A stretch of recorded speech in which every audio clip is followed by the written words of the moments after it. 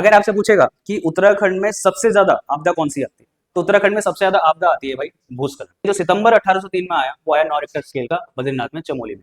ये इतना भीषण था कि जिसमें अलकनंदा ने अपनी धारा तक बदल दी थी और अलकनंदा की लंबाई आपकी बढ़ गई थी।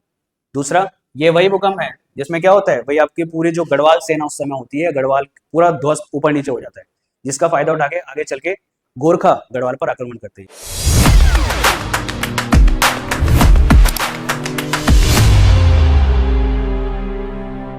नमस्कार दोस्तों, स्वागत है आपका हमारे YouTube चैनल प्यार के स्टडी पॉइंट में। आज की वीडियो में हम बात करेंगे उत्तराखंड में आपदाएं एवं आपदा प्रबंधन के लिए, जो आपके आने वाले पीसीएस मेंस और पटवारी के लिए बहुत इंपॉर्टेंट होने वाला है। अगर लास्ट ईयर का पीसीएस आपने दिया होगा तो भाई इस टॉपिक से लगभग 200 नंबर के क्वेश्चंस बने थे, और आने वाले मेंस के लिए भी, जो आपका दिसंबर में होने वाला है, उसके लिए भी एक बहुत जरूरी टॉपिक है। तो आइए समझते हैं कि भाई आपदा प्रबंधन आपका होता क्या है। देखो भाई, उत्तराखंड जो है अपनी विशिष्ट भौगोलिक स्थिति के कारण बहुत सारी आपदाओं का यहाँ पे क्या घर बन जाता है, क्योंकि उत्तराखंड एक हिमालय राज्य है, और हिमालय को हम जानते हैं कि हिमालय आपका एक यंग एंड फोल्ड माउंटेन है, जो अभी अपनी बिल्कुल प्रारंभिक अवस्था में, जिस कारण यहाँ पे कई सारी आपदाएं आती रहती है। और आपदाएं जो होती है वो एक दूसरे से जुड़ी हुई होती है। जैसे भाई आपका भूकंप आया तो भूकंप से क्या होगा, पहाड़ हिला और भूस्खलन भी हो गया, या फिर आपकी बाढ़ आई तो बाढ़ ने क्या करा, मिट्टी काटी, फिर भूस्खलन हो गया। तो एक आपदा आती है तो ये जाहिर सी बात है दूसरी आपदा भी आने की बहुत ज्यादा संभावना बनी होती है। अब जो ये प्राकृतिक आपदाएं होती हैं इन्हीं को हम दैवीय आपदाएं कहते हैं। अब देखो भाई, जो प्राकृतिक आपदाएं हैं जैसे भूकंप है, बाढ़ है, भूस्खलन है, इन्हें हम रोक नहीं सकते, लेकिन एक बेहतर आपदा प्रबंधन तंत्र के होने से हम इनके प्रभाव को कम जरूर कर सकते हैं। वही हमें यहाँ पे देखना है। अब देखो उत्तराखंड सरकार ने इसमें क्या क्या पहल की है, या भाई भारत सरकार ने इसमें क्या क्या पहल की है, इन्हीं को हम आपदा प्रबंधन के तहत पढ़ा जाता है। तो शुरू करते हैं। तो देखो, अगर हम बात करें उत्तराखंड सरकार या भारत सरकार के जो प्रमुख पहले हैं, तो देखो सबसे पहले आता है भाई 2005 में आता है आपका NDMA, national disaster management act. जो हमारे आपदा प्रबंधन भारत में होता है वो इसी एक्ट के द्वारा होता है। अब इस एक्ट के द्वारा दो बॉडीज आपकी बनाई जाती है। एक बनाई जाती है आपकी राष्ट्रीय आपदा प्रबंधन प्राधिकरण, ठीक है, नेशनल डिजास्टर मैनेजमेंट अथॉरिटी, और ऐसी स्टेट में बनाई जाती है आपकी स्टेट डिजास्टर मैनेजमेंट अथॉरिटी। इसका अध्यक्ष होता है आपका PM अथॉरिटी का, और इसका अध्यक्ष होता है आपका CM।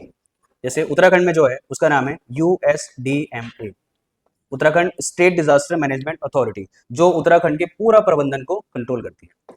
अब ये डेटा हमने यहाँ पे भी लिखा है कि भाई भारत में आपदा प्रबंधन अधिनियम 2005 आया था, जिसे 2006 में लागू किया गया था। तो अब उत्तराखंड ने इसमें क्या किया है, तो भाई देखो, आपदा प्रबंधन मंत्रालय एवं आपदा प्रबंधन मंत्री बनाने वाला उत्तराखंड देश का पहला राज्य था, ठीक है। और यही जो हम USDA में पढ़ते हैं, Uttarakhand state disaster management authority, जो भी मैंने आपको यहाँ पे बताया, इसका अध्यक्ष होता है आपका CM।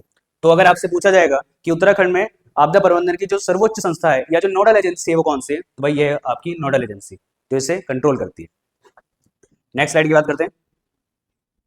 तो और क्या किया गया, देखो भाई 2013 में क्या हुआ था, हमने पढ़ा है कि 16-17 जून 2013 को उत्तराखंड की अब तक की सबसे बड़ी जो आपदा थी केदारनाथ आपदा, वो आई थी। उसी के बाद क्या हुआ कि जुलाई 2013 में राज्य सरकार ने एक नोटिफिकेशन जारी करी, जिसमें बोला गया कि नदी किनारों के आसपास 200 मीटर के अंदर कोई भी कंस्ट्रक्शन वर्क नहीं किया जाएगा और किसी भी बस्ती को वहां पे नहीं बसाया जाएगा।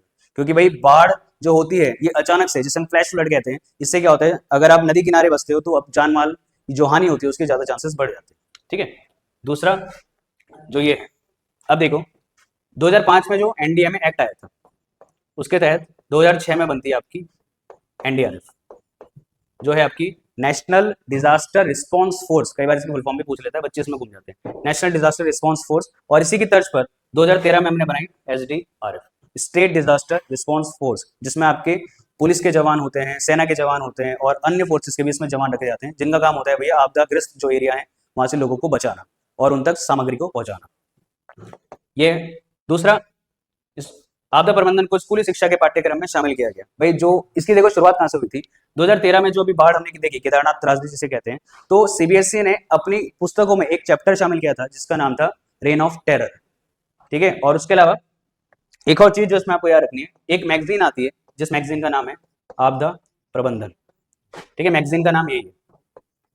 तो हर 3 महीने में एक मैगजीन आती है आपदा प्रबंधन नाम से, जो लोगों को आपदा प्रबंधन के तरीके बताती है कि भाई अगर बाढ़ आ जाती है या भूकंप आ जाता है तो आप किस तरीके से अपनी जान बचा सकते हो, कैसे आपको छुपना चाहिए, कहाँ पे आपको जाना चाहिए, ये सारी चीजें इस आपकी मैगजीन में लिखे जाते हैं, जो निकालता है आपका आपदा प्रबंधन मंत्रालय, जो उत्तराखंड में है। दूसरा दूसरा है भाई आपका, ये पॉइंट आप देखोगे, उत्तराखंड देश का पहला राज्य है जिसने आपदा में फंसे लोगों को रेस्क्यू करने के लिए ड्रोन फोर्स का गठन किया। तो भाई Uttarakhand is the first state जिसने अपनी ड्रोन फोर्स बनाई है, क्योंकि देखो बहुत सारे ऐसे दुर्गम क्षेत्र होते हैं जहां पर भाई इंसानों द्वारा पहुंचा नहीं जा सकता और वहां पे लोग फंसे हो सकते हैं, तो उसके लिए हम क्या करते हैं, ड्रोन का इस्तेमाल करते हैं वहां तक दवाइयां पहुंचाने के लिए या वहां पर राहत सामग्री खाना पहुंचाने के लिए हम ड्रोन का इस्तेमाल करते हैं। उसके अलावा एम्स ऋषिकेश जो है आपका, ये पहला ऐसा हॉस्पिटल है पूरे भारत का जिसने मेडिसिन सप्लाई या ब्लड सप्लाई के लिए ड्रोन्स का इस्तेमाल किया है।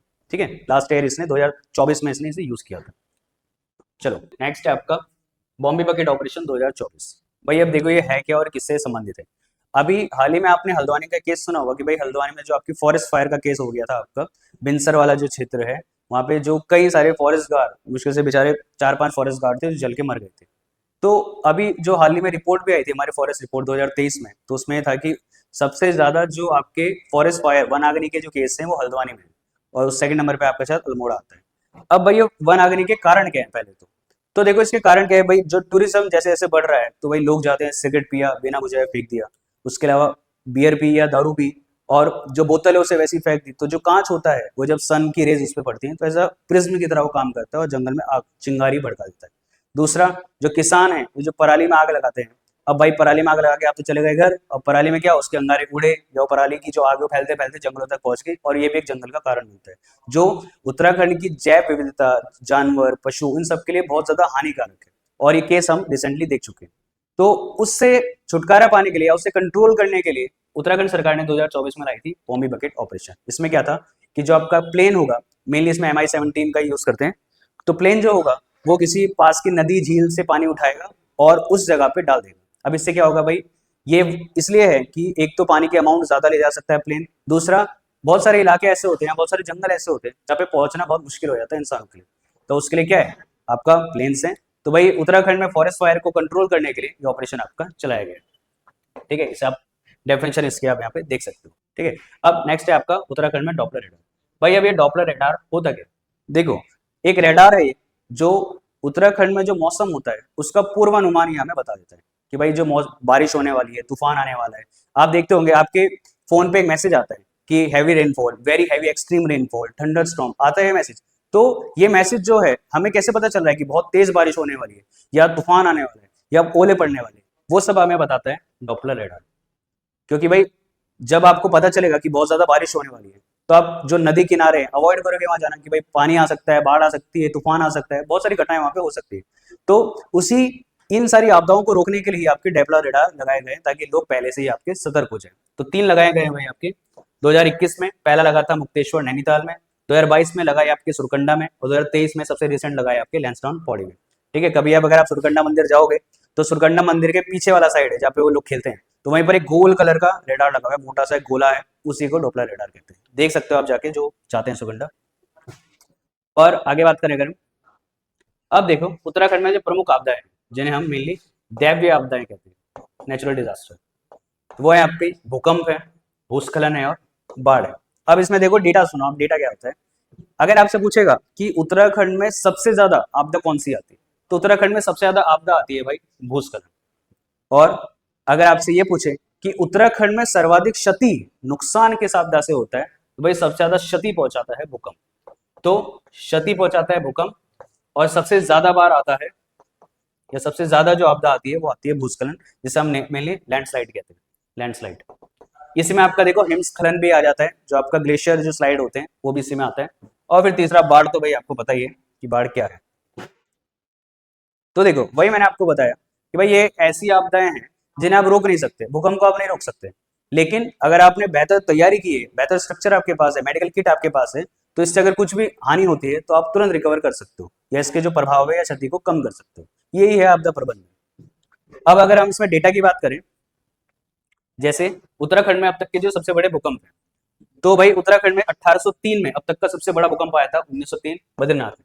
अब देखो एक चीज समझना, कई बच्चे ना इसमें कंफ्यूज रहते हैं, बोलते सर हमने तो पढ़ा है कि भाई बद्रीनाथ तो देखो चमोली में, हमने तो पढ़ा है सर उत्तरकाशी में भूकंप आया था, और आप तो कह रहे हो कि बद्रीनाथ में। देखो 1803 में 2 भूकंप आए थे। ठीक है, एक आया था आपका मई 1815 में और एक आया था आपका सितंबर 18 सॉरी एक आया था आपका मई 1803 में और एक आया था आपका सितंबर 1803 में। तो मई जो 1803 में भूकंप आया था वो आया था आपका उत्तरकाशी में, जो 6 रिक्टर स्केल का था, एक छोटा भूकंप था। लेकिन जो सितंबर 1803 में आया वो आया 9 रिक्टर स्केल का बद्रीनाथ में चमोली में। ये इतना भीषण था कि जिसमें अलकनंदा ने अपनी धारा तक बदल दी थी और अलकनंदा की लंबाई आपकी बढ़ गई थी। दूसरा, ये वही भूकंप है जिसमें क्या होता है भाई, आपकी पूरी जो गढ़वाल सेना उस समय होती है, गढ़वाल पूरा ध्वस्त ऊपर नीचे हो जाता है, जिसका फायदा उठा के आगे चल के गोरखा गढ़वाल पर आक्रमण करते हैं। ये वही भूकंप था जिसमें आपका मौलाराम संग्रहालय जो है श्रीनगर का वो भी सब टूट फूट गया था। दूसरा जो सबसे बड़ा था वो था 1916 का 7.5 धारचूला में भाई आपका आया था भूकंप। 1991 का 6.6 का उत्तरकाशी में, ये आपके घर वालों ने देखा होगा, बहुत एक खतरनाक भूकंप था। और 1945 का 6.5 का। तो जब आप डेटा अगर कंपाइल करोगे मेंस के लिए तो आप ये 2-3 एग्जांपल वहां पे लिख सकते हो कि अब तक भाई उत्तराखंड में इतने बड़े बड़े भूकंप आए हैं, जिसमें ये मेजर भूकंप जो है आपको ध्यान रखना। दूसरा है आपका भूस्खलन। तो भाई अगर आपने पिछले 2-3 साल के पेपर दिए होंगे तो आपने देखा होगा भूस्खलन से 2-3 क्वेश्चन बने, जैसे मैचिंग में आते हैं तवाघाट भूस्खलन, बरमी भूस्खलन, ये भूस्खलन और सामने उनके ईयर आ जाते हैं। तो इसका आप स्क्रीनशॉट ले सकते हो। पहला है आपका 1977 में आपके तवाघाट में भूस्खलन। अच्छा देखो, इसका एक और मैं आपको बताता हूँ कि उत्तराखंड में फर्स्ट रिकॉर्डेड लैंडस्लाइड कब हुई। तो उत्तराखंड में जो फर्स्ट रिकॉर्डेड लैंडस्लाइड मानी जाती है वो मानी जाती है 1866-67 की, जो आई थी आपके नैनीताल लैंडस्लाइड। ठीक है, 66-67 में पहली बार नैनीताल में लैंडस्लाइड हुई, मतलब रिकॉर्डेड लैंडस्लाइड में से कह सकते हैं, जिसका हमारे पास डेटा था। अब इसी के बाद आप देखते हो कि 1866 में आपका भूस्खलन हुआ और 1867 में एक कमेटी बनाई जाती है जो थी आपकी हिल साइट सेफ्टी कमेटी, जो उस समय आपका कुमाऊं का कमिश्नर था हेनरी रैमसे, उसने बनाई थी, जिसे उत्तराखंड का पहला आपदा प्रबंधन का प्रयास माना जाता है, 1867 की हिल साइड सेफ्टी कमेटी। उसके बाद भाई 1880 में दोबारा नैनीताल में एक बहुत बड़ी लैंडस्लाइड होती है, जिसमें लगभग आपके 151 लोग मारे जाते हैं। तो ये वाला क्वेश्चन आपका यूके ट्रिपल एस एक बार पूछ चुका है, नैनीताल में पहली बार भूस्खलन कब हुआ। अब जो मेजर वाले हैं, जैसे 1977 का तवाघाट जो आपका चंपावत में, वहां पे भूस्खलन हुआ था। 1998 का ऊखीमठ भूस्खलन। अब देखो 1998 में ना आपके एक और भूस्खलन हुआ था, वो था ये मालपा भूस्खलन पिथौरागढ़। तो भाई ये एक बहुत ही बड़ा, आप कह सकते हो एक बहुत वर्स्ट लैंडस्लाइड जिसे कहते हैं, जो हुआ था आपका 17-18 अगस्त 1998 को। कई क्वेश्चन इससे रिपीटेड क्वेश्चन है।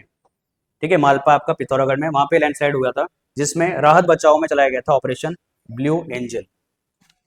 और ये वही आपकी लैंडस्लाइड थी जिसमें एक प्रसिद्ध नृत्यांगना जिनका नाम था प्रतिमा बेदी भी इनकी डेथ हो गई थी। यहाँ पे देखो, ये वाला रास्ता है जो आपका मानसरोवर जाता है, क्योंकि हमें पता है मानसरोवर का रास्ता हमारे यहाँ पिथौरागढ़ से लिपुलेख एक होते हुए जाता है। तो ये सब लोग मानसरोवर जा रहे थे जब ये भूस्खलन हुआ और कई सारे लोग, लगभग 100+ लोग यहाँ पे दब के मर जाते हैं। ठीक है, और अब ये भाई जो रिसेंट आपका हुआ था सिलक्यारा सुरंग हादसा, देखो ये भी भूस्खलन ही था एक तरीके से, कि आपने एक टनल बनाई थी और ऊपर से लैंडस्लाइड हुई और आपके दोनों एंट्री गेट बंद, तो बीच में ही 17 दिन तक लगभग 41 मजदूर आपके यहाँ पे फंस गए थे। इससे भाई क्वेश्चन पूछा जा चुका है सिलक्यारा सुरंग वाले से। चलो अब बात करते हैं उत्तराखंड की जो सबसे बड़ी त्रासदी थी, जिसे हम कहते हैं केदारनाथ त्रासदी, जो हुई थी आपकी 16-17 जून 2013 को। अब देखो, एक कॉन्सेप्ट आपको यहाँ से समझना है कि भाई केदारनाथ में जो बाढ़ आई या उत्तराखंड में जो मैक्सिमम आपकी बाढ़ आती है, उसके पीछे का कारण क्या है। तो उसके पीछे का कारण है ये ग्लो, जिसे हम कहते हैं ग्लेशियल लेक आउटब्रस्ट फ्लड।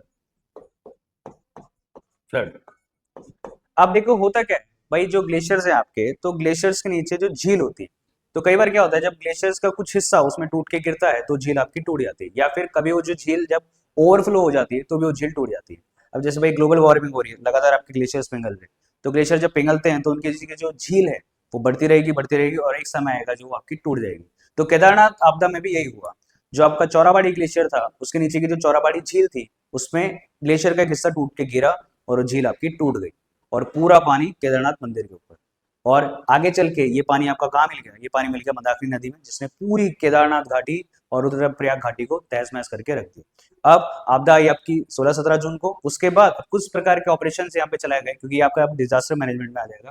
तो भाई देखो 3 ऑपरेशन है यहाँ पे। एक तो जो आपको दिखता है सबसे हाईलाइटेड ऑपरेशन सूर्य हो, ये चलाया था आपके भारतीय थल सेना ने। इसके अलावा एक और ऑपरेशन था यहाँ पे, जो था ऑपरेशन राहत। ऑपरेशन राहत चलाया था आपके वायुसेना ने। भाई ध्यान रखना, ये भी आपका एक रेस्क्यू ऑपरेशन है, ऑपरेशन राहत। ठीक है, तो 2 रेस्क्यू ऑपरेशन है, ऑपरेशन राहत और ऑपरेशन सूर्य हो। अब जब केदारनाथ रेस्क्यू ऑपरेशन हो चुका था आपका, अब भाई बारी थी केदारनाथ को दोबारा से बसाने की या केदार घाटी के पुनर्निर्माण की। तो केदार घाटी के जो पुनर्निर्माण का कार्य दिया गया वो दिया गया आपके निम को। निम के बारे में आप सभी जानते हो, इसकी फुल फॉर्म है आपकी नेहरू इंस्टीट्यूट ऑफ माउंटेनियरिंग। यह है आपका उत्तरकाशी में और इसका गठन हुआ था आपके 1965 को, 1965 की आपकी संस्था है। इसे दिया गया पुनर्स्थापन के कार्य का और इसने चलाया फिर ऑपरेशन केदार, ये चलता है 2014 में। तो ऑपरेशन केदार के तहत केदार घाटी का पुनर्निर्माण किया जाता है। अब देखो एक और अगर मेजर पार्ट की बात करें जिसका कारण भी वही था आपका ग्लोव, तो भाई 7 फरवरी 2021 को जो ऋषि गंगा पर बाढ़ आई थी, सभी ने देखा होगा भाई, बहुत भीषण है आपका रास्ता, एक आपदा थी। ऋषि गंगा पर बाढ़ आई थी आपकी चमोली में, जिसमें आपके कई सारे इंजीनियर्स बेचारे बह के मर गए थे, तो उसका कारण भी आपका ग्लोव ही था।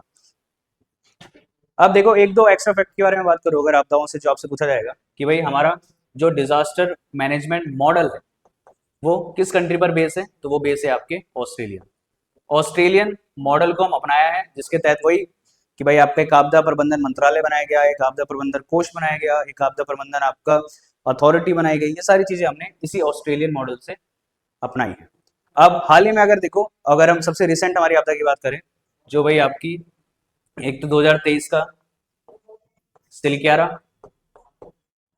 और अगस्त 2024 जो अभी धराली में बादल फटने की घटना हुई थी। तो अगर आप मेंस लिख रहे हो तो आप इन दोनों को ही मेंशन कर सकते हो, जो हमारी सबसे रिसेंट आपदाएं आई हैं धराली में बादल का फटना, जो आपके है उत्तरकाशी में। तो भाई आज की वीडियो को हम यही समाप्त करते हैं। इसमें हमने आपदाएं देखा, आपदाएं क्या होती हैं, आपदा प्रबंधन कैसे होता है, किस मॉडल को हमने अपनाया, किस प्रकार से हमने कुछ हेल्पलाइन नंबर गठन किए, फोर्स अपनी बनाई, राज्य की प्रमुख आपदाएं, लगभग सारी ही चीजें हमने यहाँ पे देख चुकी हैं। तो अगर आप मेंस की तैयारी कर रहे हो तो आप इस वीडियो से पूरे एक आपदा प्रबंधन के नोट्स बना सकते हो। पहले भी आपको बताया बहुत सारे नंबर के यहाँ से क्वेश्चन बनते ही रहते हैं। तो आज की वीडियो को हम समाप्त करेंगे, विदा लेते हैं आपसे। लाइक करिए, सब्सक्राइब करिए, कमेंट करिए और जो भी आपके डाउट्स होते हैं वो आप कमेंट कर सकते हैं, हम आपके कमेंट को पिन कर देंगे। धन्यवाद।